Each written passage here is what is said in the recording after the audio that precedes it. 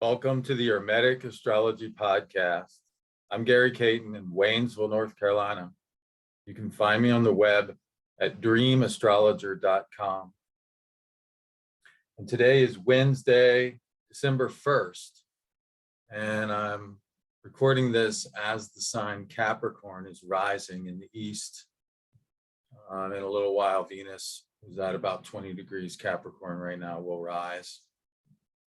And Venus is well within what many people choose to call the shadow of the retrograde right now. That is, she's well within the range of the space that she will cross 3 times. But it's really, really important to suss out.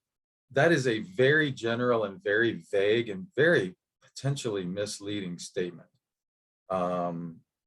This concept, more than any, bugs the crap out of me. I'll just be honest with you, this shadow concept, because it's simplistic and misapplied and misused and misunderstood and missed.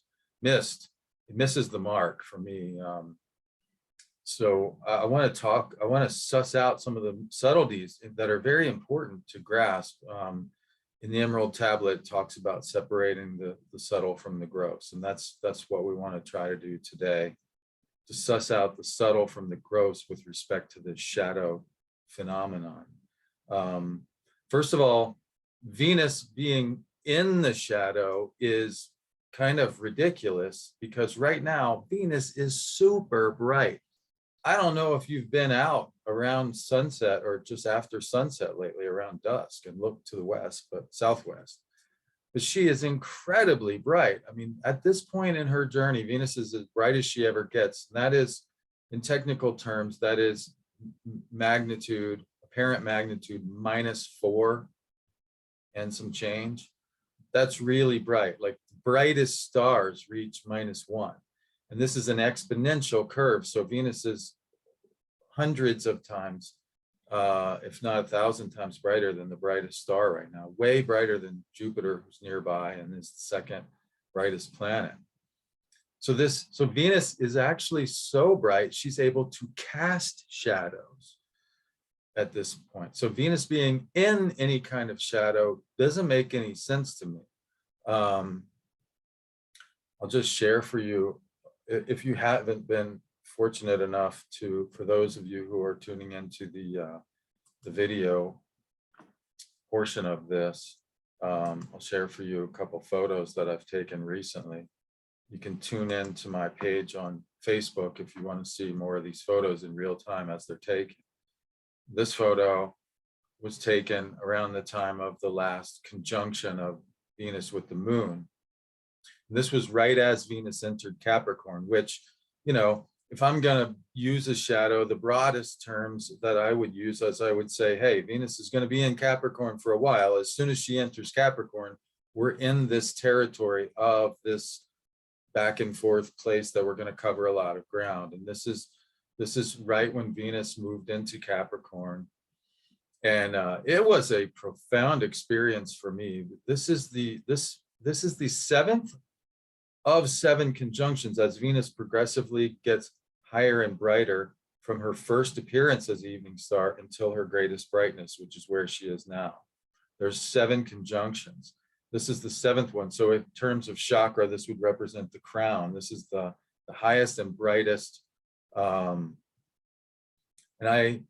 I usually go up on the Blue Ridge Parkway for these, but the parkway was shut down because we had some early winter weather and there was ice on the road and whatnot. And so I had to be flexible. And I thought, you know, I'm going to go over by Lake Junaluska and see what's going on. So I got over there and I was looking around and I felt like there's this one place I needed to be. And I didn't even really know why. I just felt like that was where I needed to be. And as I was heading over that way, out of the corner of my eye, I saw this scene. I saw this scene with this Christmas tree that had just recently been lit up. And there was Venus and the moon right above it. And something in me said, that's the money shot, baby. And not that I get paid for these necessarily. I mean, it's part of my marketing and part of my whatever, but you know what I'm saying? It's just the saying that people say, you know, that's the money shot. So I quickly ran to my truck and got my gear set up. But before I did that, I just sat and took it in for a minute. And as I did that, the lyrics to the Christmas hymn. Now remember, this is 0 degrees Capricorn. So this is the solstice point. This is, you know, when the sun is here, this is Christmas time, right? And just out of the blue, the lyrics to the Christmas hymn, Little Town of Bethlehem, came into my head. And I heard them just really clearly. And I cannot express to you how beautiful that moment was. This incredible vision of celestial and earthly beauty combined in these lyrics that talk about the stillness of the season and the idea that the light of Christ is among us. I really needed to hear that. I really did. So it was a very welcome, change of pace from some of the stuff that you hear in the news and yada, yada, and so on and so forth.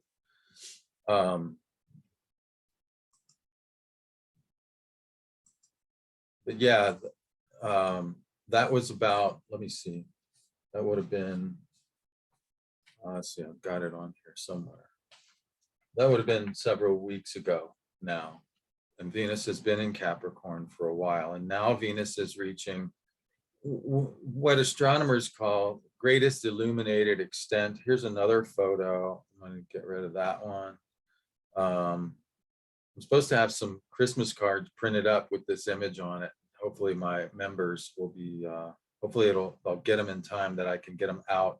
And my members will receive them before Christmas. We'll see how that works out, but I'm trying.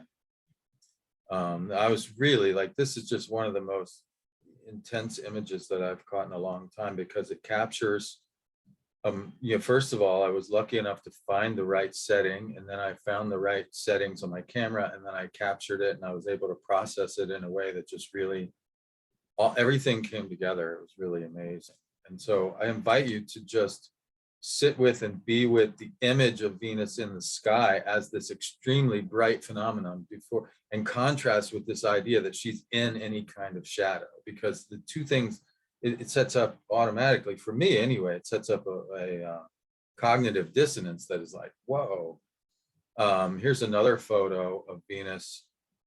This is a wider angle. You can see just a bit of the Milky Way here, the galactic equator. And Venus has just passed that. Venus at this point was in the bow of Sagittarius. Here you see Saturn and Jupiter. You can see the stars of Capricorn, the triangle of Capricorn of the sea goat. There's Deneb Getty with Jupiter. Here's Fomelo, royal star at 4 Pisces down here. So, and you can just see, like, Venus is incredibly bright, way brighter than Jupiter, way brighter than Fomelo, which is the first magnitude royal star, you know. And so, yeah, this idea of the shadow right away, to me, I'm like, okay, wait, what? Let's think about this for a second. And the other reason to question this idea, or to at least want to tease out some more subtleties with this idea, is that with respect to alchemy, we can say that the idea of shadow, or the phenomenon of shadow, or that is the process of transformation that is initiated by a shadow experience, has at least 3 hues, at least 3 shades. In alchemy, the process, yes, it begins with what is called the negretto, the blackening. It's unavoidable. You cannot go from one state to another without the first state being broken down and putrefying and passing away. That's the way that it works in this material plane. You have to go through the negretto to get to the new the new reality. You have to let the old reality pass away before the new reality can take hold.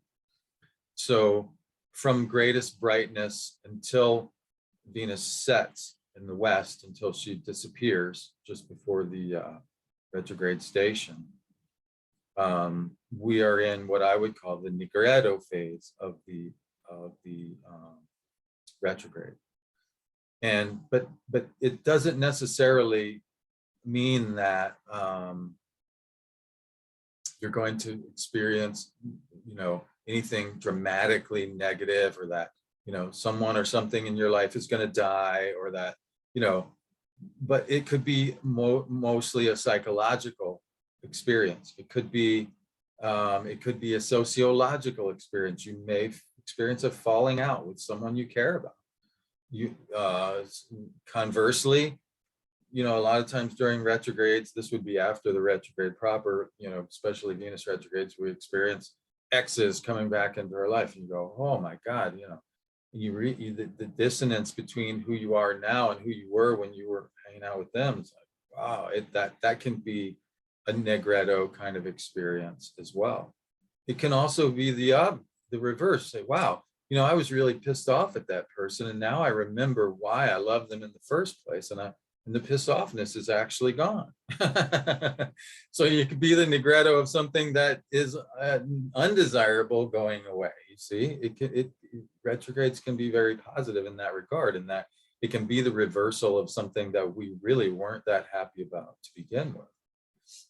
So there's a variety of ways this can play out, but the point is that as Venus is going from her greatest brightness and disappearing in the sky, something in our lives and our psyche is needing to pass away in order to make room for something new. It's that simple, see? And as we tune into that, we can, you know, and at the same time, while it may not necessarily mean that something, you know, that we experience death in a very, very literal sense, it could be very psychologically healthy to contemplate death. Again, you know, Capricorn being the stillest time of the year, the deepest, darkest time of the year, that contemplation of the darkness, of the stillness, of the time when the life force is drawn in, you know, it's invisible. There's no leaves on the trees. There's this, but we know there's this light still in us and among us, right? And in that regard, I saw an article recently that I thought was good. It would be a good exercise. It was a good exercise for me. I thought it might be a good exercise to share with you. Contemplating death from the point of view of someone who is dying. You know, put yourself in the place of someone who is dying for a moment. This article spoke about the 5 most common regrets that people who are dying have. So imagine if you were dying, and what, the number 1 regret: I wish I were more true to myself.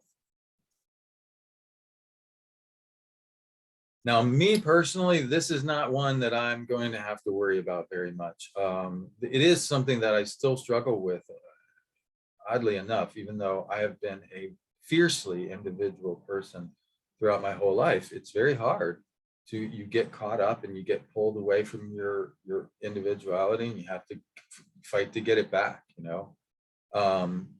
So this would not be top on my list, but it is typically, evidently, one that a lot of people, I wish I were more true to myself, rather than, you know, for instance, the next one on the list is, I wish I hadn't worked so hard. So, you know, the amount of ourselves that we give away to our work identity, our social identity, seems to be out of whack at this point in time on this planet.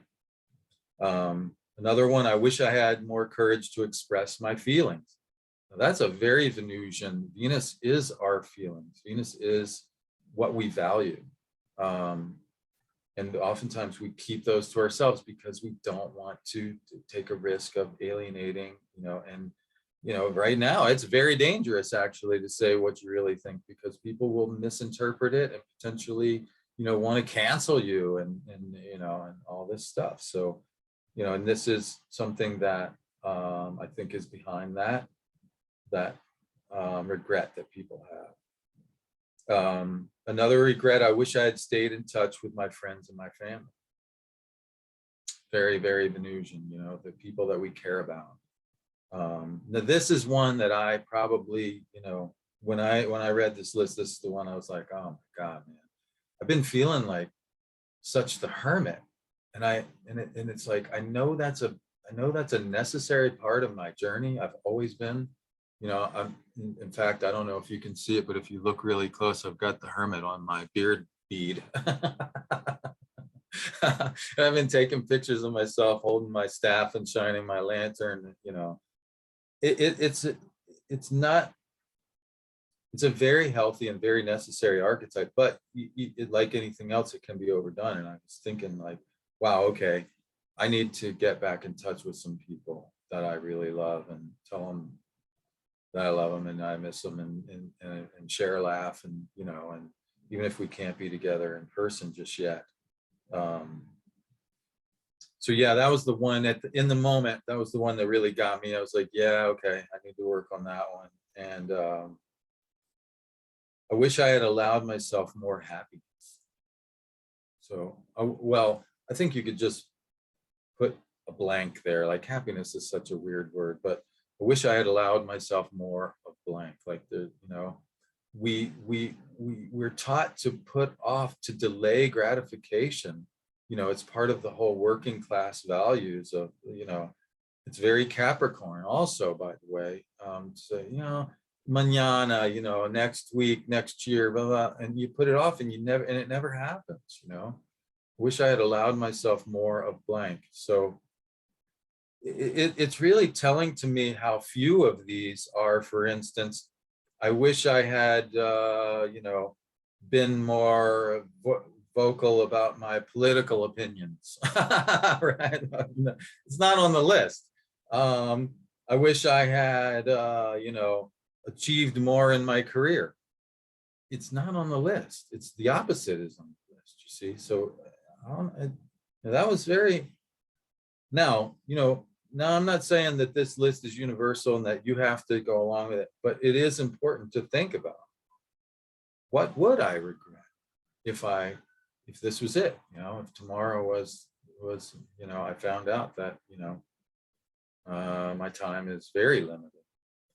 What would be the things that I regret? And that is a healthy way of processing the regretto, because there's your signal of, okay, do that, do that thing that I would regret not doing, or do less of the thing I regret too much of doing, whichever. Like, it's a pretty easy fix at that point, and by doing that, we begin the process of allowing the putrefaction, oh yeah, like that does not feel good. That needs to go in the recycle bin, in the compost bin. And we allow ourselves to distance from it. And that automatically puts us in what we call a liminal place. It puts us, I'm not in touch with that anymore. And by definition, because I'm not as touch with that anymore, I'm kind of in between, because what am I more into? Well, I don't quite know yet. Hopefully, I mean, the opposite, of course, would be to knee-jerk go, oh, that thing that I was doing, oh, that's terrible. I can't do that. I must do the opposite right away. That's not the goal, actually. The goal is to find your way into a liminal place, because we don't know what the next best thing for us is necessarily. We need to become receptive and open to listen, to receive.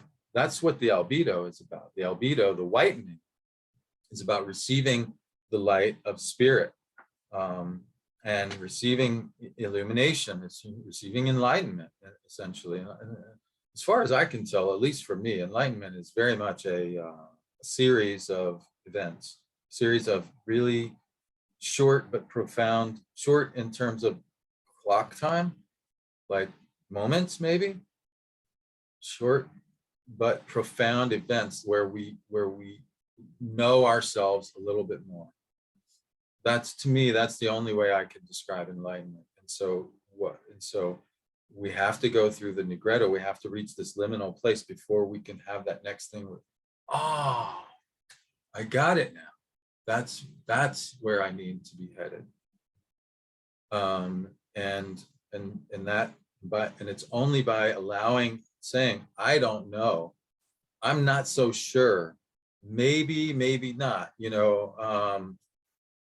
like this thing that I thought was important, I don't feel it so much anymore. And that's okay. I wonder what is important, right?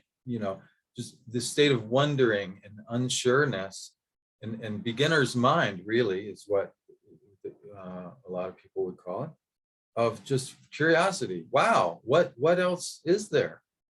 Because there's a million different ways. It's one of the things I watched Secret again recently, where it says, the whole idea with The Secret is focus what you actually want. And a lot of people, they say, well, I don't know what I want. Well, I know what I don't want. Well, that's great. That's the Negretto. I don't know what I want. Okay, you're in a liminal place. That's okay too. And then something will come along and it will say, oh, that's it. That's what I want. And that's the albedo. That's enlightenment. That's like, oh, I see the light. I know I have a direction now. It's the star card in the tarot, right? After the destruction of the tower, the star appears and it guides us. Oh my God, look at that. I want that. That's my way. You see?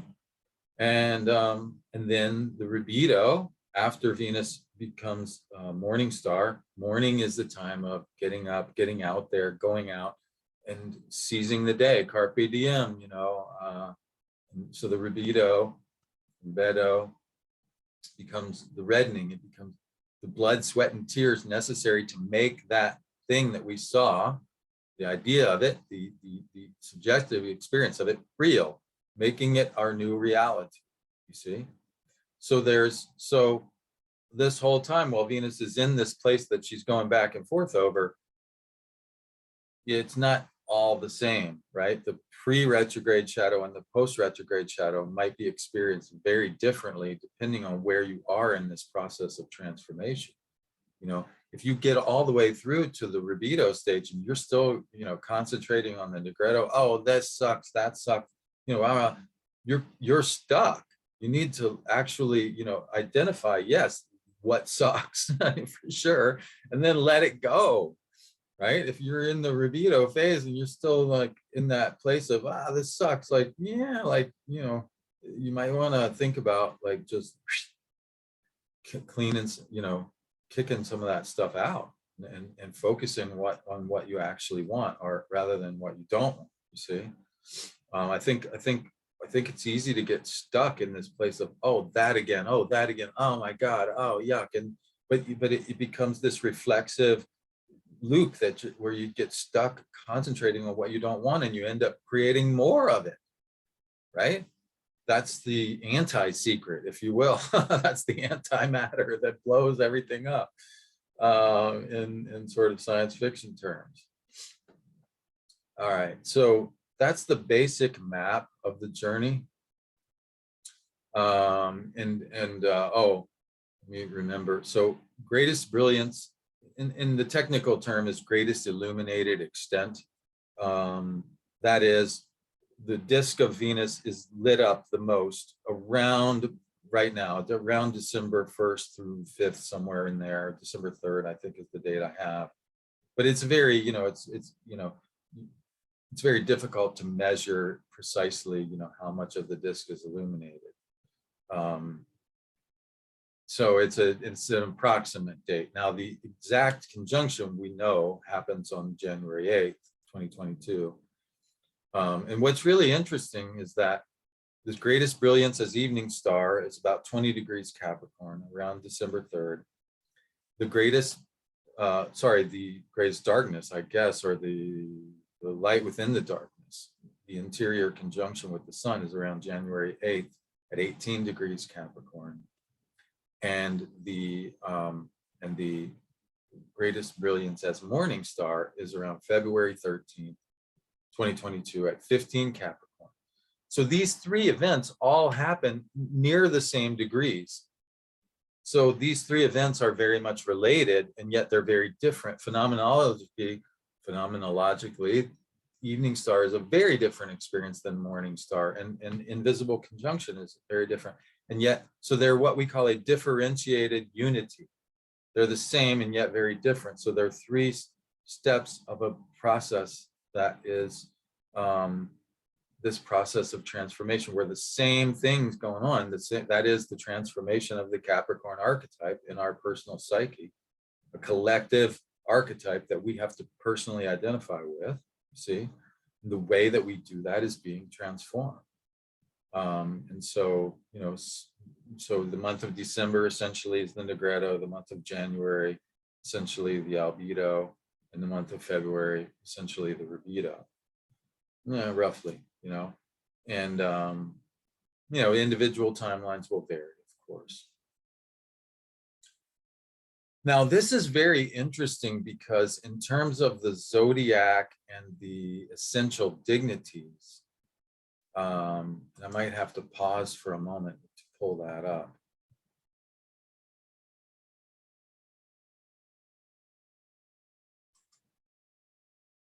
Okay, so when we talk about the essential dignities, there are several kinds.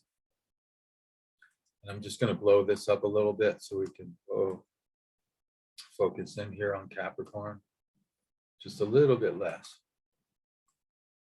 There we go. So we have several different kinds of dignity or rulership in classical astrology. The one most people are familiar with is what we call domicile dignity, that Saturn is the ruler of Capricorn by domicile. That is, Saturn is the owner of the house of Capricorn. Saturn is like the principal of the school of Capricorn, if you will, right? And then the planet that is exalted in Capricorn is Mars. The planets that have triplicity dignity in Capricorn are Venus, Moon, and Mars. That is, their nature as planets agrees with the nature of Capricorn. Capricorn is a earth sign, it's feminine. All the interesting stuff about Earth is down and in, right? And so the nocturnal planets, Venus, Moon, and Mars, have triplicity dignity therein. And then we have what is called bounds dignity, where the 5 visible planets each have a little section of Capricorn that they rule.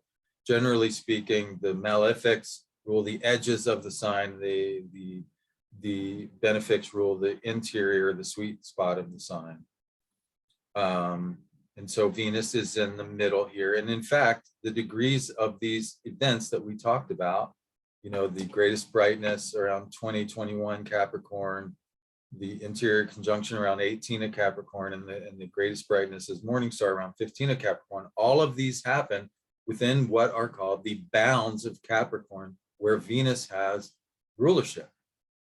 So if Saturn is the principle of the Capricorn school, we are in the Venus classroom. And generally speaking, when you're in the bounds of a benefic planet, it takes a lot of the harshness off the edge of being in a territory that is otherwise ruled by a malefic.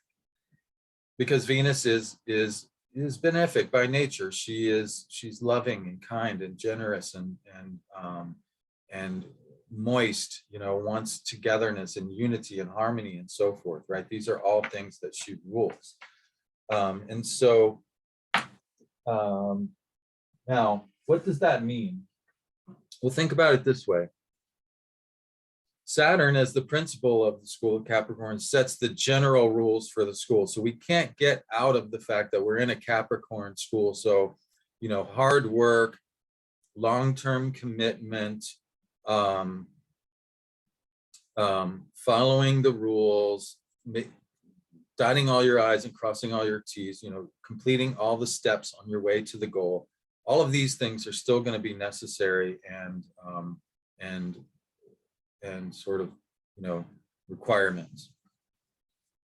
However, within that, Venus might say, hey, you know what, if you want to go ahead and, you know, complete the 2 steps ahead and come back to this one, if this one isn't working for you right now, just go on ahead and you know, come back and we'll find somebody who was particularly good at that step to help you with that one when you're ready for it, you know. That might be one way that that would show up.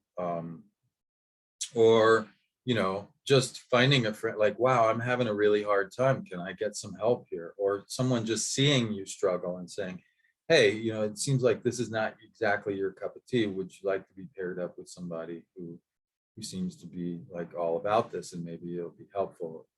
A variety of strategies that Venus could use to mitigate the harshness of the Saturnian reality.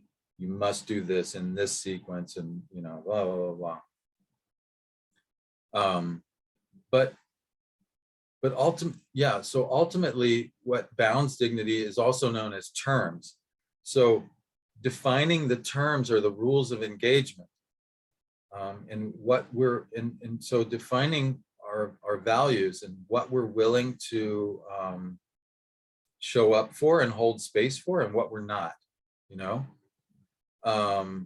very clearly from the beginning, allows us, you know, to have a better outcome, right? If we show up very clearly saying, hey, you know, I'm willing to do this but not that, and then, you know, you know, it's kind of that place where you're, you know, you're between where you show up for the interview and, you know, they're asking you, well, how do you fit in with our values? And you're asking them, well, what are you offering me in order to take on your values? You know, and there's this negotiation of the terms of the agreement, right?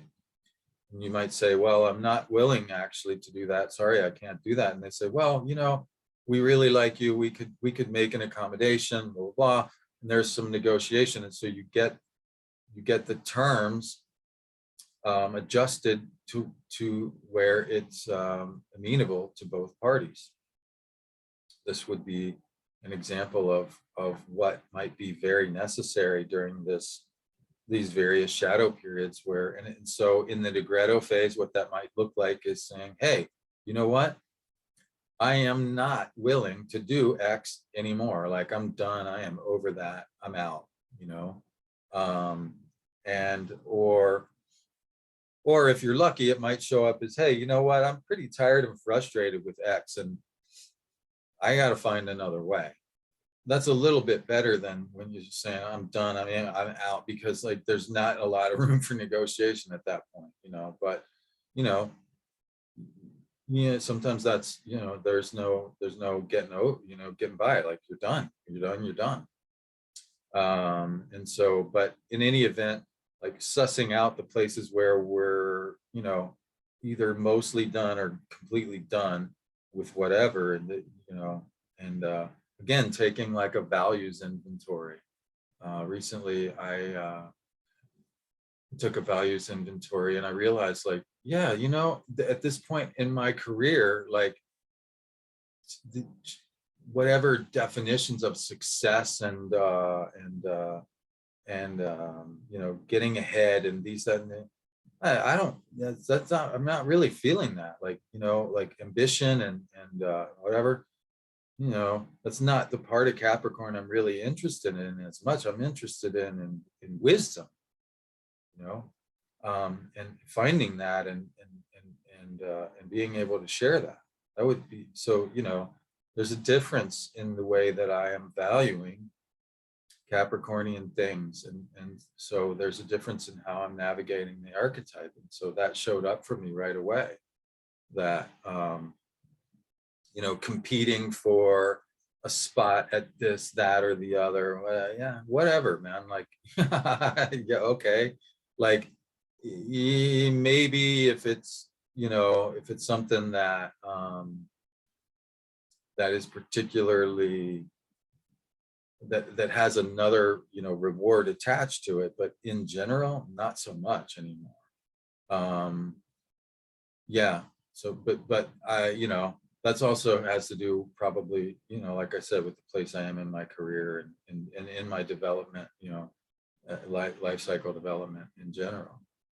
And so understanding how our values have changed, understanding what we're needing, feeling the need to let go of, and allowing that to, you know, to become less of a focus. Okay, like that's not so important to me anymore. Okay, what is? I don't know. Oh, the great. You don't know. You're liminal, man. Good for you. Seriously, not knowing is quite an achievement these days. Everybody's so sure about every freaking thing. It's like, really? How I don't know how in the world I feel unsure about everything. And that's not exactly desirable either, but it is more liminal at least. And then becoming open to saying, hey, uh, uh, calling out to you know a higher power. Hey, I need some help here. I need some enlightenment. I need what's the truth? What truth do I need to know right now? Divination around the interior conjunction, for instance, various things. um okay, so now there's one other thing that I wanted to show you in terms of the astronomy that is that's very important to understand.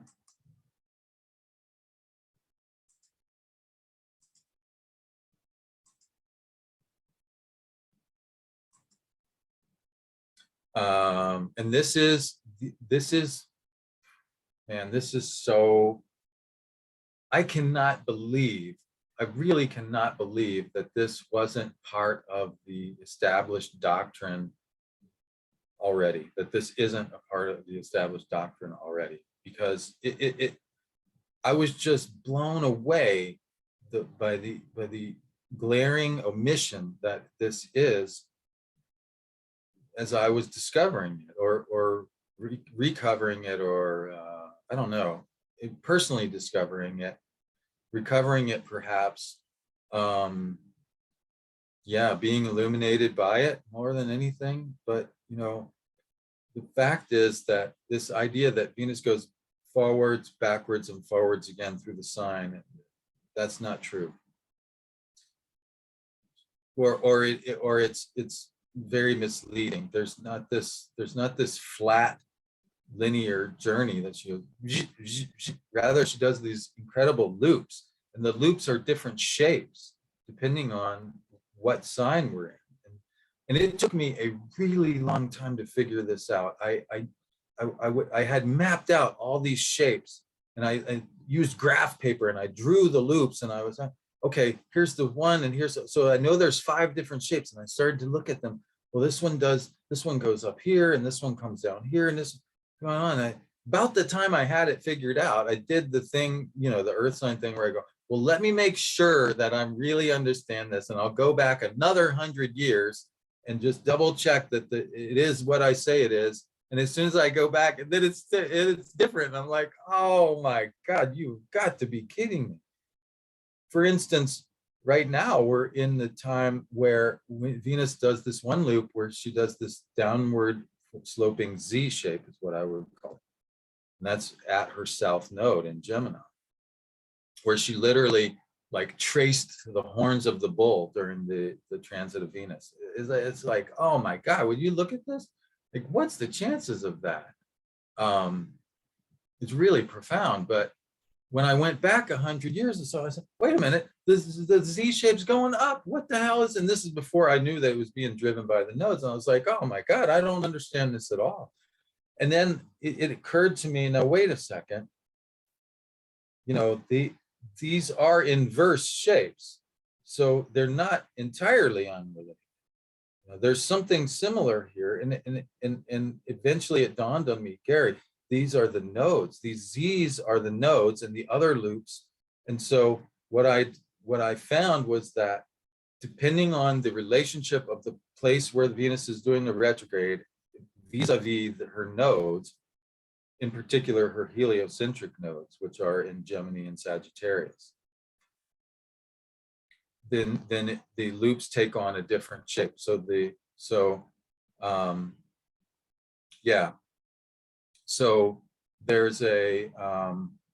a journey.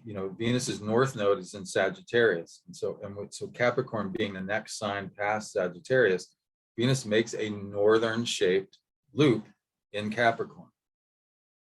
Okay, now that means that she's going up above the ecliptic rather than down below the ecliptic. Now, this is a very different, even in classical astrology, the difference between north latitude and south latitude was very much pronounced. In fact, north and getting more north was considered a type of dignity, and south and getting more south was considered, think about it for a second. If the moon, for instance, is south and getting more south, it's like sinking. It's like, don't start building a home under those conditions, because it's like building on the proverbial shifting sands, right? So you got a lot of these kind of admonitions. But in this one, now this is really interesting, because during the retrograde, which some people might associate with negative, but again, Venus could reverse something negative, in which case it's a positive. But anyways, this idea that the retrograde is disruptive anyway to normal, which it is, absolutely. But at the same time, it's north and getting more north, so it's kind of in a disruptive in a dignified way the whole time. You can see, in fact, we could divide the so-called shadow up into 3 different parts here. At first, Venus is going along pretty normal, pretty straight, steady, all the way up through November, about Thanksgiving. Then she slightly starts heading north. When she reaches the conjunction with Pluto, she starts zooming up north. And then right after she turns retrograde is the Guzahar or Jalzahir, when she crosses the ecliptic at her node, at her geocentric node. And then she zooms up, and at the station, she stops, and then she becomes more southerly. She's north, but north and getting more south. So the dignity by latitude goes away. So the most dignified is during the retrograde, actually. So we might see from this that there's a relatively stable period leading up to the retrograde, and then there's a very volatile situation during the retrograde that is somehow dignified nonetheless, productive. And then after the retrograde, there's actually a lessening of the dignity. So there's a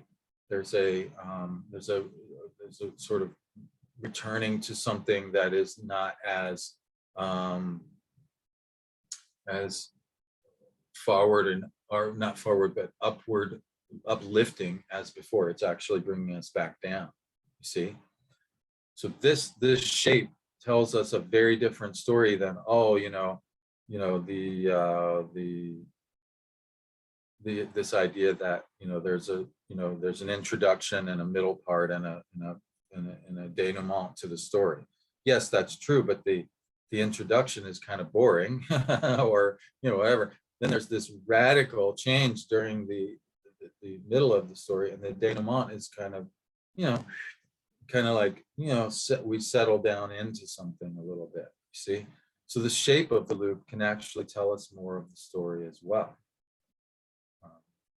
And you can just feel it, feel as if you were going through that. It's like, if I described it in terms, she kind of gone, and then listen to those sounds and see what you think. That's kind of what I see there. All right. Now, so we've talked about the different colors of shadow that are available to us. We've talked about the different shape loops that Venus makes in Capricorn. Let's talk about the Capricorn archetype a little bit more, because and I got to be honest right straight away, like Capricorn, I'm an Aquarius rising, and Capricorn is absolutely, it's the 12th house for me. I don't get it. I really don't get it. On the one hand, like I am just mystified by it. And on the other hand, because Capricorn is the sign that was rising before Aquarius, it's like I'm uber Capricorn on the one hand. Like I totally am down with like long-term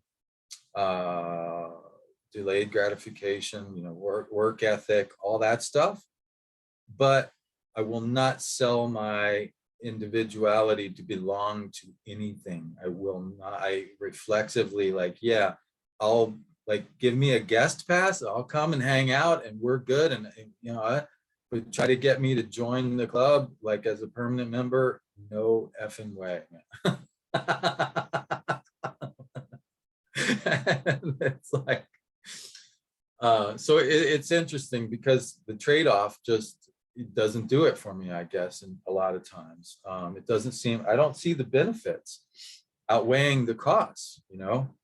I just share with you a little something that I wrote this morning. A friend on Facebook was expressing, and this was like the second or third friend that had expressed this kind of thing, where they were feeling they were struggling with this idea of like being a self employed person and having to sell yourself all the time, and like and feeling, you know, like disingenuous about that, like feeling like the commoditization of your identity is like it's a type of sellout. And I don't know that it's necessary to read all of this, but the part that I think is important is I was talking about, like, you know, I was in the Digredo phase of that for a long time. The height of the Digredo phase, when I said, that's it, I can't do this anymore, was about 21 years old. I became homeless voluntarily. No, that's it, man. I am out. Like this, I can't do it. And I experienced a kind of freedom that you can't put words on, and you can't put money on. I remember so clearly waking up in the woods and walking out to the side of the road, you know, when I'm hitchhiking, and like there's no one else around, no one. And there's no houses, nothing but me and this ribbon of highway and nature and God's creation. I'm just being like, holy shit. Yeah, I can't explain it, but it's profound. I know that, and it's still with me. It's still in me. And yeah, it's, and yet at the same time, you know, I had to deal with society, or, you know, the system, or whatever you call it. And so I would, you know, it's kind of like going from the wilderness into town, and then yeah, getting the hell out of there, and like navigating it felt like I was feral, you know, like I was like this domesticated being that didn't really freaking trust anybody anymore. But I wasn't truly wild. I didn't have the instincts it took to just walk completely away from it, you know. It was really hard for a long time. But I grew to understand that that we are not, to think of ourselves as one person is very misleading. We have multiple identities. We have, in psychological terms, sub-personalities is one way that people talk about it. We have various parts of our identity, and one of them is our own personal identity, and the other is very much a socially defined identity. And I talk about this a lot in my book, about navigating between different realities and different identities, because that is very much a part of the Hermetic path. Like, you have to know when and how to say, okay, like, you know, enough hanging out here, it's time to go into the liminal place and find another reality, man, because this one's not getting it. Or I'm actually complete here, whichever, right? This one actually I really did get it. I'm full. Okay, before it gets stale, go ahead and move on, right? But this idea of navigating between different identities and different realities, I think, is very much a part of the Hermetic path. And I talk about it a lot in my book, navigating between worlds, between identities. And one quote in particular, one of my favorite psychologists is R.D. Laing. And I talk about it in my book, Hermetica Triptica, the Mercury Elemental Year. It's on, for those who have it, it's on page 48. Laing expanded the focus of identity. He said, imagine this. What if we accept the feelings of people struggling with apparent mental illness as valid? What if we just say, hey, whatever that is, that however strange it seems to us, it's a valid experience. What if we just start there? Imagine that, right? And then he said, you know, he said that basically what's happening is that there's a tension between our personally defined, authentic, personally defined, who we really are to ourselves. There's a tension between that and anything that's socially defined, because we have to give up some of that to be social. We have to. There's no social identities are not that inclusive to where we can be completely ourselves in any one of them. It's just not. And so there's this natural tension. Most people who are considered normal or well-adjusted or healthy or whatever, they experience a certain amount of alienation, and they say, well, you know, it's part of the deal, and you know, it is, the costs are worth the benefits, and I accept and I learn to cope with the tension, and I deal with it, and you know, whatever.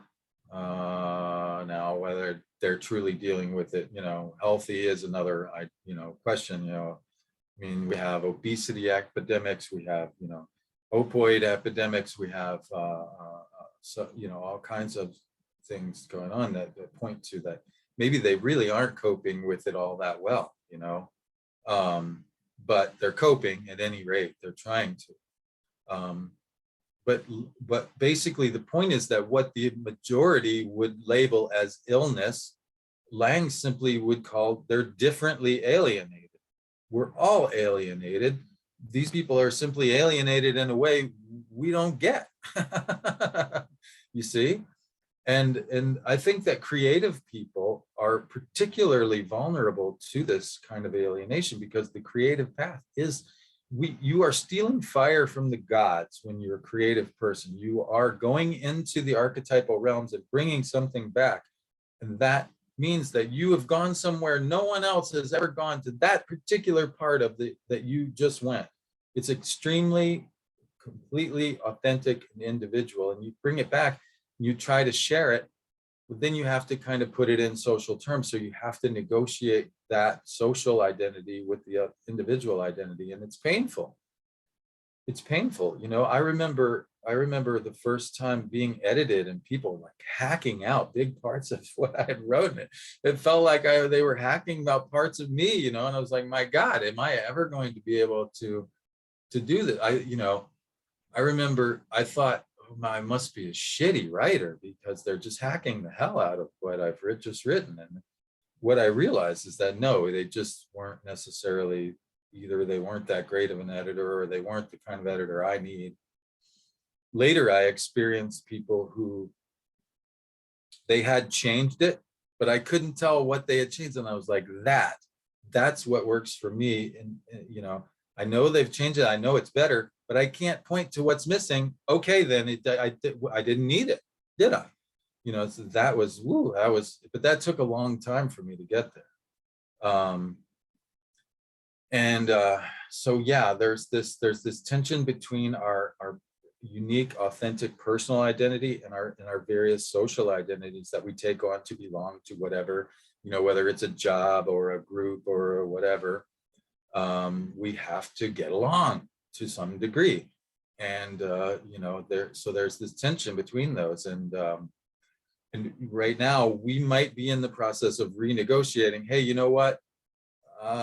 Whatever I was willing to give up to get along in this era before, like, no, not willing to give up that much anymore, or just not willing to give up anything at all to be in that group. Whereas this other thing, you know what? I'm really comfortable with what I have to do to be in that group, and I'm going to focus more on that one, you know, kind of thing. Like the rewards are very much worth it.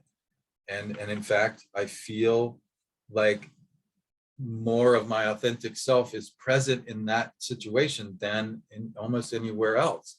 That's a really good sign that you're in the right place, you know? So yeah, I feel like that negotiation between, because, you know, here's another diagram that I want to share with you. You know, when this is this is modern astrology in the sense that it's something that is very recently been expounded. It's not necessarily something that would fall under the classical or traditional models, but Glenn Perry, one of the first people that I studied with, he talks about there being three kinds of signs, that you have the personal signs, the interpersonal signs, and the transpersonal signs. So that the first four signs of the zodiac, Aries, Taurus, Gemini, and Cancer, are personal signs. They're about very personal ways of relating with the world. Aries just says, I am, like, this is who I am, and like, it's really important for me to just be who I am, like just showing up, just, you know, is really big part of the Aries journey. And Taurus says, you know, because I have an identity, there's various objects to which I relate and don't relate. And, you know, this feels like I want it to be mine, and that feels like it's yours. And there's this, you know, so Aries is the I am, and Taurus says I have. Gemini says, well, isn't this interesting? You know, wow, like Gary likes to play with these toys and Mary likes to play with those toys, and they never even end up on the same part of the room. Whereas, you know, Jimmy over here, he wants to play with the same toys as Gary, and sometimes that's really cool, and they get along and they build these towers, and then other times Jimmy comes along and runs the truck into the tower and Gary gets mad. Wow, look at all this, you know. Gemini says, this is fascinating, I think, therefore I am, right? And Cancer says, oh my goodness, Jimmy ran the truck into Gary's tower, and this has literally happened in kindergarten, right? I mean, I'm remembering this right now for some weird reason. And the top of the tower fell down on Jimmy's head, and he was bleeding, and oh my God, somebody got hurt, and oh, I feel, you know, I want to take care of them and make sure they're okay. And Cancer says, I have these, you know, profound feelings that. And then when we get to Leo says, hey, you know, wow, look at all this, like I could make a play out of this. But see, the thing of that is Leo necessarily being up on the stage implies an other, it implies an audience. So there's this separation between self and other that happens here, right?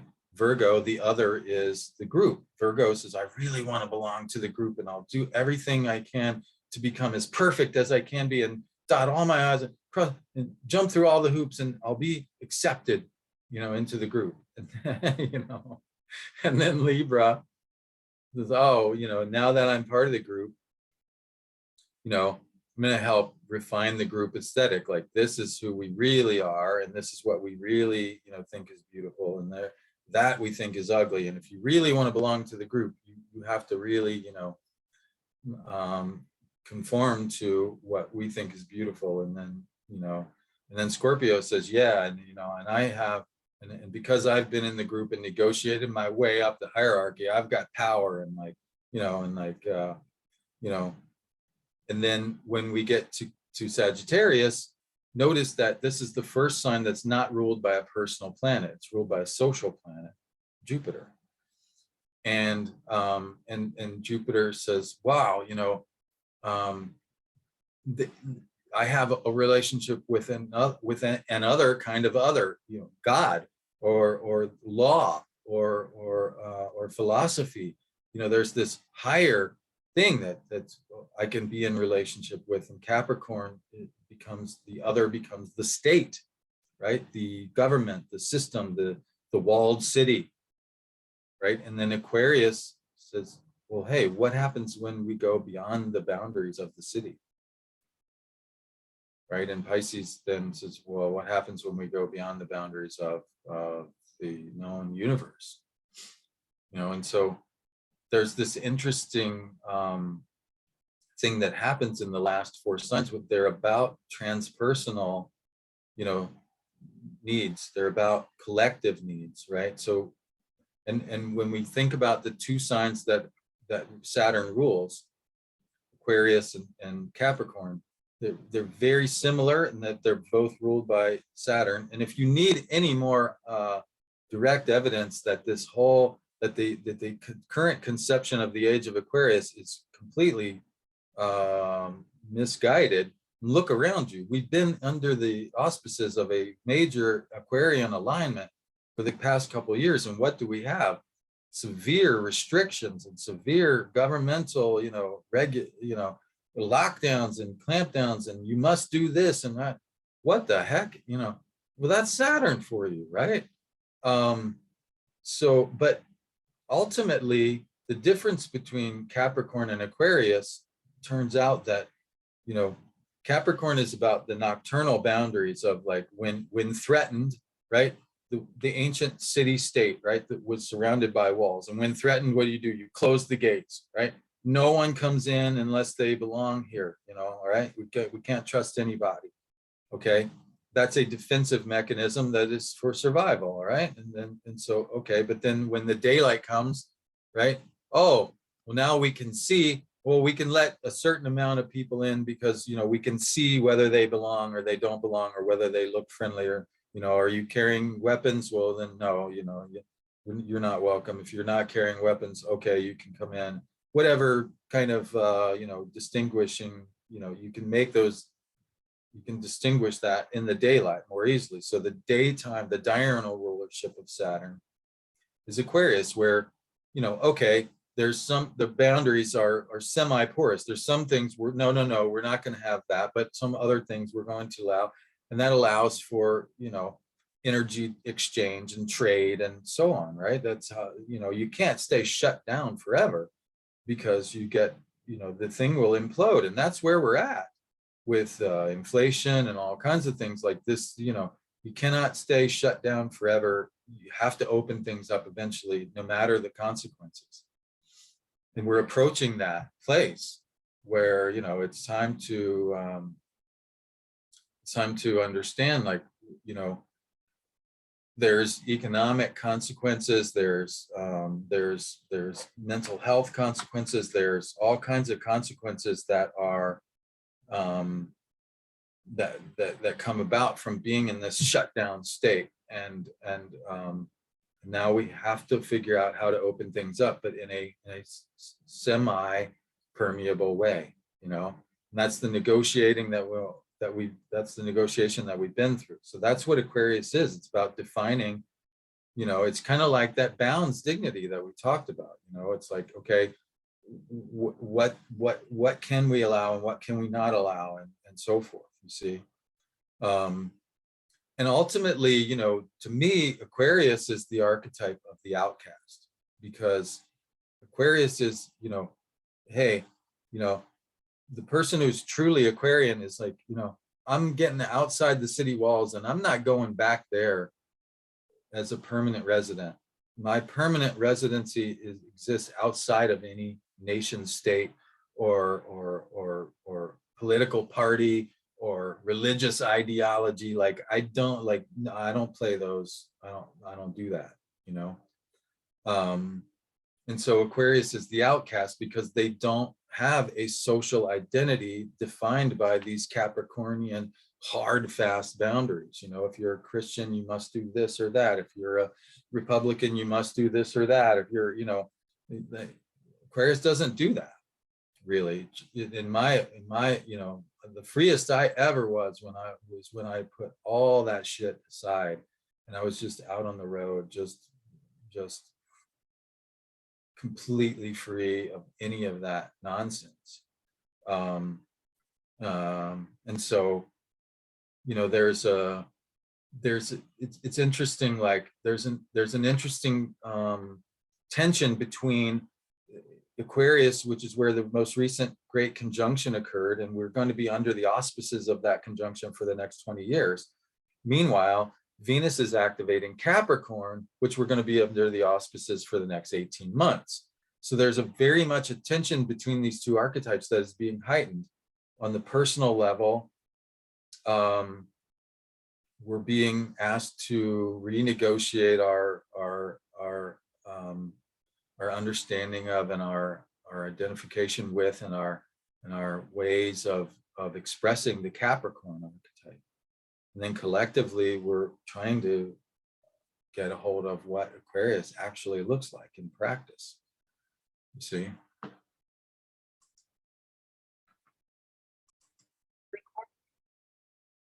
So yeah, it's really important. There's a really important opportunity right now to open up to and to allow the nigredo, the blackening, the putrefaction, the passing away of one kind of Capricorn way of being, and to invite new ways of seeing and feeling and being with the Capricorn archetype, something that is a better negotiation between the personal, authentic expression and the necessary compromises we have to make to be a social being.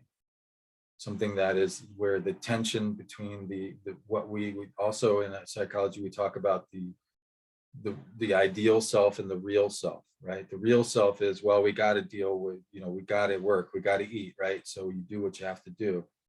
The ideal self would be more the personal, authentic reality, whereas the real self would be the more like social reality. And like anytime that we can shrink the gap between the ideal and the real, we feel better. So how do we do that? Well, sometimes we need to bring the ideal down to earth, and the ideal, the Aquarian ideal is pretty unrealistic. The new age Aquarian ideal is pretty unrealistic given what we see going on right now. I don't see any of that going on right now. And so, bringing the ideal down to earth a little bit is one way to do it. Stepping up into the real a little bit, being willing to put in the hard work, being willing to delay gratification. I was shocked when I see people who have been doing astrology for like 3 years and they're writing columns for whatever. And I'm like, really? Like, and it was 10 years before I had the balls to put myself out there like that. But, that's me. I mean, good for them. And, ultimately, someone who's 3 years in can relate to someone who's 3 months in better than somebody who's 30 years in like me, So, everything has its place. But I think that to some degree, the Capricornian nature of the last cycle we were in was the Gemini cycle of Venus. And, there's this sense of Gemini, like all truths are true, which is true. But, but we have to be able, in Capricorn, we have to be able to suss out, okay, what is the depth of this truth? Has this person walked this talk far enough and long enough that they really know it and they really embody it and they really get it, and like it's solid, like I can lean on it and it's not going to break, the first time I lean into it, it's really solid and it's going to last. There's quality and durable quality here. I think that's going to be really something that it's going to be necessary to suss out during this Capricorn cycle. And so, yeah, for the next, how we manage that negotiation of revitalizing the Capricorn archetype will define our reality for the next 18 months through 2023. And you can see the map here. I'm going to be talking about each of these stages along the way, hopefully. But as I said, the conjunction with the sun is on January 8th. That is like the seed moment where that would be a really good day to do divination, ask the grandmothers, right? In shamanic astrology, they use the grandmothers for the elders, ask an elder, ask the elders, of the astral plane, what do I need to know to navigate this next 18 months? And then when Venus makes her first appearance in the East, around January 14th, go out in the sky, ask Venus. You might be surprised the answers you get. It might show up as in a coincidence when you're on your way home. She literally speaks to me. I hear her loud and clear. And these days, it took a while for that to happen. And it was delayed at first. I didn't even expect her to answer. And then one time I was just out there talking to her, and I had already left and I was halfway home, and I heard and I was like, wait, what? And I went back and I was like, was that you? Yeah, it was. And now we converse, I have that have her here in my heart. It's a beautiful thing.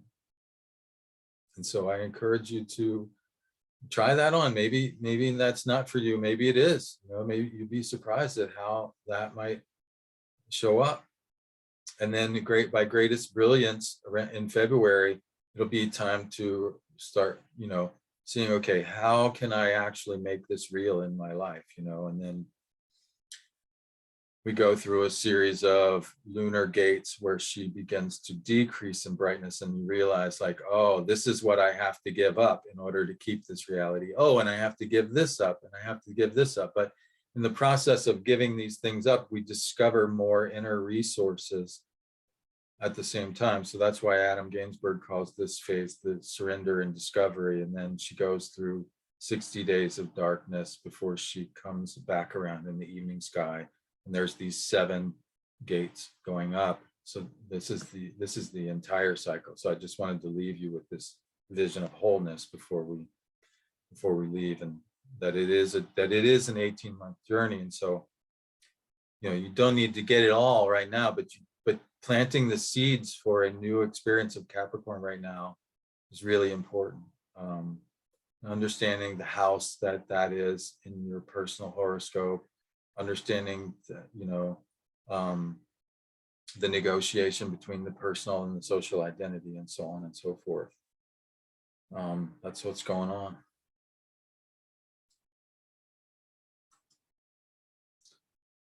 Okay, so that's what I have for you this time. Hopefully that's been of service. I really think that that understanding the subtleties and the various ways we can flesh out this idea of a so-called shadow is really important.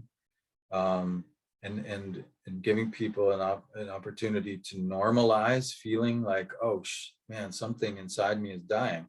Yeah, it happens. We shed our skin. If we're healthy, we need to do that periodically, and it's okay. And you know what? If you've done it before, it's easier to have faith and to trust that, okay, oh, I'm going into the darkness. Oh, great. That means the light, I'll get some light at some point, and I can open up to that and be receptive to it. And then I can, you know, take that gift that's given me from spirit and make it real in the world. And wow, what an incredible opportunity that is, rather than getting stuck on, oh my God, I feel like shit, or this part of my life is not satisfying. You see what I'm saying? It's a very different experience, I think, and it's a very different way of seeing it and navigating it. And I hope that it's hopeful and something that people can you know, use. It's I think there's a lot of people out there suffering right now, and I hope that maybe, you know, it can lessen that for someone just a little bit. But yeah, it is a journey of faith. It is a journey of faith, and trusting that the light is there, and, you know, is an important part of accepting the darkness. And so, you know, whatever that takes, you know, for me, that those lyrics of the little town of Bethlehem, wow, that was really powerful, and that was a really great reminder of the power of faith, and that you know, that Christ came amongst us. And the thing is, I don't think he ever left.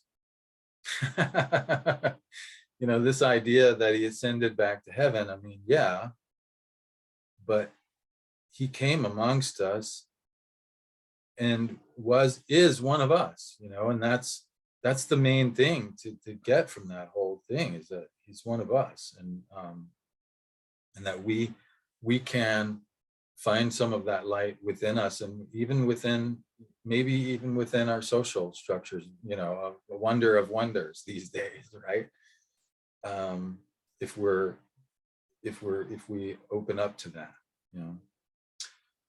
So, all right, that's all I have for now, and I'll be in touch a little bit more later in the month. I've got some exciting things to share coming up in the new year. We're going to talk about the next thing I want to talk about with Venus is the myth of the Lupu tree, which I think is really important for understanding the process of the retrograde. So I'm going to post that later this month, probably around the time that Venus goes retrograde. Oh, don't let me not forget.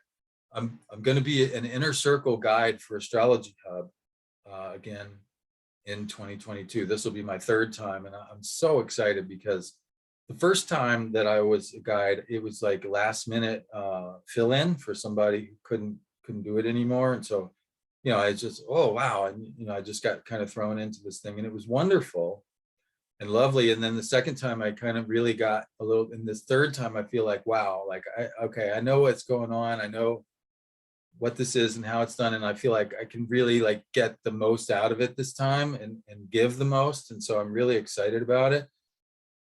I gotta say that Astrology Hub is one of the most rewarding, it is the place where I feel like the least tension between my authentic self and my social self.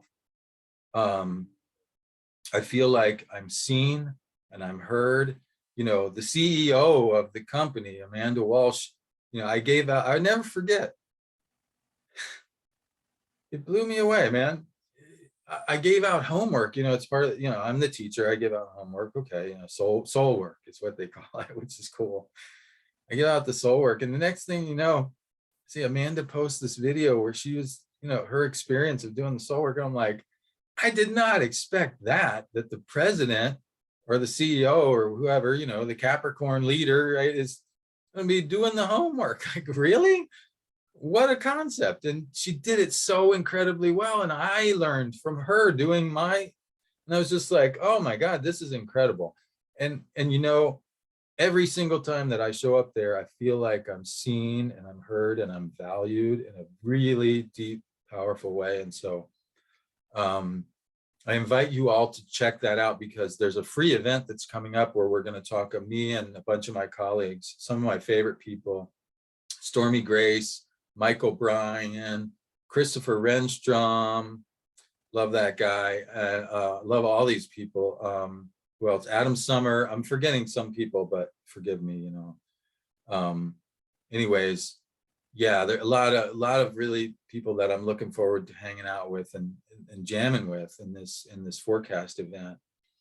And it's free, so check it out. If you're not on my mailing list, I already sent out one email, but get on my mailing list. I'll be sending out another email or two about that. I've put the link on my Facebook and whatever, and it's free. You can check it out. You can get the recording, give you a heads up on what's coming there. Yeah, and so that's what I have going on socially for the time being. And yeah, just so you know, I'm looking forward to 2022. I think, it's interesting. Back in 2020, the last time I was with Astrology Hub, I remember telling Amanda when she asked me, what do I think? I said, you know what? I think that we cannot possibly imagine the potential that this great conjunction in Aquarius represents. Like, we cannot possibly imagine the possibilities. We just don't even. And you know what? I think we're still there. I think maybe that we got about this much, and there's still this much to understand about what's Web 3.0. There's a lot of stuff to be excited about that are possibilities that are still around the corner, and I think that we're going to start seeing some of those more clearly in the coming year. So I'm excited about 2020. I'm not down about it at all. I'm excited about kind of there's a whole new world to discover out there, I feel like, and there's a lot of really cool magical opportunities. I mean, in particular, in fact, during the time where I noticed that during the time where I'm going to be the inner circle guide, there's like literally all 7 of the classical planets are going to be in one of their dignities during the time. I'm like, what's the chances? How often does that happen? That's pretty cool. That's a nice window for like talisman making and stuff, right? Because you've got, when a planet's in its dignity, it's able to give its benefits to you. And so there's a few things like that. Jupiter will be in one of its dignities all year. Saturn will be in its dignities all year. And so I feel like there's a lot of positivity that we can look forward to there, actually. So yeah, I'm a fan of 2022. But you know what they say, hope dies eternal, or whatever. I forget what it is they say, but anyways, as an Aries, I tend to be, ultimately, I fall on the side of the optimist. I have to. So go figure. Anyway, thanks for tuning in, and I hope to see you out there somewhere at some point in time. And I wish you a blessed, and I wish you the peace of the Capricorn season, the true peace and the true stillness. That to me is where the albedo of the Capricorn comes through, that stillness.